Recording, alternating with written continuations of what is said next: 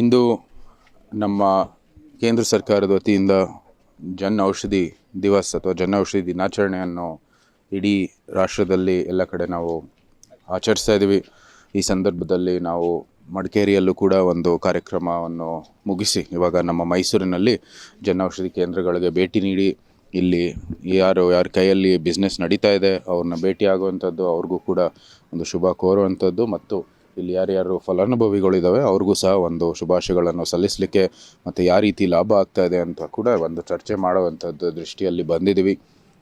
ಯಶಸ್ವಿಯಾಗಿರುವಂಥದ್ದು ಯೋಜನೆಗಳಲ್ಲಿ ಇದು ಭಾಳ ಯಶಸ್ವಿಯಾಗಿದೆ. ಈ ನಮ್ಮ ಪ್ರಧಾನಮಂತ್ರಿ ಜನ್ ಔಷಧಿ ಏನು ಕೇಂದ್ರಗಳಿದ್ದಾವೆ, ಸುಮಾರು 15,000ಗಿಂತ ಹೆಚ್ಚು ಡ್ರಗ್ಸ್ಗಳಿದ್ದಾವೆ, ಔಷಧಿಗಳಿದ್ದಾವೆ. ಇದರಲ್ಲಿ ಸಬ್ಸಿಡಿಯಾಗಿ ಎಲ್ಲರಿಗೂ ಸಿಗ್ತಾ ಇದ್ದಾವೆ. ಅದರ ಜೊತೆಗೆ 50ರಿಂದ 80ರಷ್ಟು ಒಂದು ಶೇಕಡ ಕಮ್ಮಿ ರೇಟಲ್ಲಿ ಇದು ಜನರಿಗೆ ಸಿಕ್ಕತ್ತೆ ಫಲಾನುಭವಿಗಳಿಗೆ.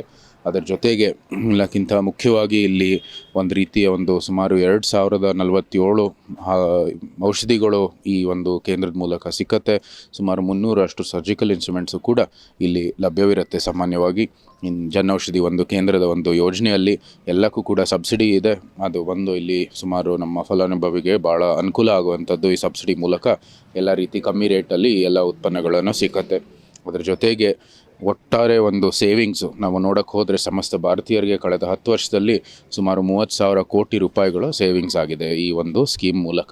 ಸೊ ನಿಜವಾಗ್ಲೂ ಒಂದು ಒಳ್ಳೆ ಹಿತದೃಷ್ಟಿ, ಸಮಾಜದ ಹಿತದೃಷ್ಟಿಯಲ್ಲಿ ರೂಪಿಸಿರುವಂಥದ್ದು ಒಂದು ಯೋಜನೆ ಅಂದರೆ ಈ ಜನ್ ಔಷಧಿ ಕೇಂದ್ರಗಳು.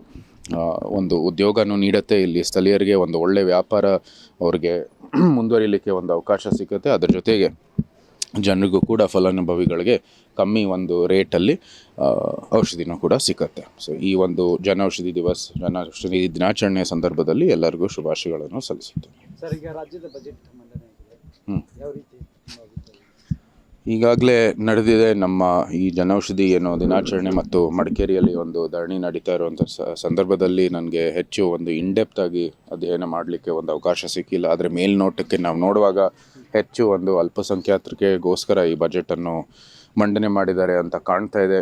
ಏನು ಬೆಂಗಳೂರು ಹಜ್ ಇಲಾಖೆ ಅದು ಅಭಿವೃದ್ಧಿ ಇರ್ಬೋದು, ಅವರೇನೋ ಬಿಲ್ಡಿಂಗ್ ನಿರ್ಮಾಣಕ್ಕಾಗಿ ಅಲ್ಪಸಂಖ್ಯಾತರ ಒಂದು ಫಾರಿನ್ನಲ್ಲಿ ಓದಲಿಕ್ಕೆ 20 ಲಕ್ಷದಿಂದ 30 ಲಕ್ಷ ಅವ್ರಿಗೆ ಇವತ್ತು ಒಂದು ಸಬ್ಸಿಡಿ ಅಥವಾ ಒಂದು ಸ್ಕಾಲರ್ಶಿಪ್ಪನ್ನು ಕೊಡ್ತಾ ಇರುವಂಥದ್ದು ನಾವು ನೋಡ್ತಾ ಇದ್ದೀವಿ. ಇಲ್ಲಿ ಈ ಕಡೆ ಅದೇ ಕಾಂಟ್ರಾಕ್ಟರ್ಗಳಿಗೂ ಸಹ ಅಲ್ಲಿ ಕಾಂಟ್ರಾಕ್ಟ್ಸಲ್ಲೂ ಸಹ ಅವ್ರಿಗೆ ಮೀಸಲಿಟ್ಟಿರುವಂಥದ್ದು ಅಲ್ಪಸಂಖ್ಯಾತರಿಗೆ ಅಂತ ಧರ್ಮದ ಆಧಾರ ಮೇಲೆ ಈ ರೀತಿ ಒಂದು ಜಾತ್ಯತೀತ ಒಂದು ಸಂವಿಧಾನ ದೃಷ್ಟಿಯಲ್ಲಿ ಯಾವ ರೀತಿ ಇದನ್ನ ಮಾಡ್ತಾ ಇದ್ದಾರೆ ಅಂತ ನಾವು ಪ್ರಶ್ನೆ ಮಾಡಬೇಕಾಗಿದೆ. ಒಂದು ಕಡೆ ನಮ್ಮ 9 ವಿಶ್ವವಿದ್ಯಾನಿಲಯಗಳನ್ನು ಮುಚ್ಚಲಿಕ್ಕೆ ಅವ್ರು ಹೋಗ್ತಾ ಇದ್ದಾರೆ, ಇನ್ನೊಂದು ಕಡೆ ಮಂಗಳೂರಲ್ಲೋ ಎಲ್ಲೋ ಒಂದು ಹೊಸ ಅಂದರೆ ಅಲ್ಪಸಂಖ್ಯಾತರಿಗೋಸ್ಕರ ಒಂದು ಸ್ಕೂಲನ್ನು ನಿರ್ಮಾಣ ಮಾಡಲಿಕ್ಕೆ ಅವರು ಮುಂದುವರಿತಾ ಇದ್ದಾರೆ. ಮುಸ್ಲಿಂ ಡಾಮಿನೇಟೆಡ್ ಏರಿಯಾದಲ್ಲಿ ಒಂದು ಹೊಸ ಕಾಲೇಜನ್ನು ಓಪನ್ ಮಾಡ್ತಾರೆ ಅಂತ ಹೇಳಿದ್ದಾರೆ.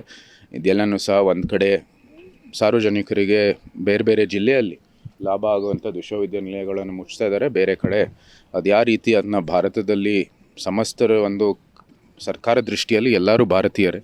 ಸೊ ನೀವು ಯಾವ ರೀತಿ ಒಂದು ಕಡೆ ಧರ್ಮದ ಒಂದು ಕಾನ್ಸಂಟ್ರೇಷನ್ ಇರುವಂಥದ್ದು ಯಾವ ರೀತಿ ಅದು ಕೊಡ್ತಾ ಇದ್ದೀರಾ ಅಂತ ನಾವು ಪ್ರಶ್ನೆ ಮಾಡಬೇಕಾಗಿದೆ.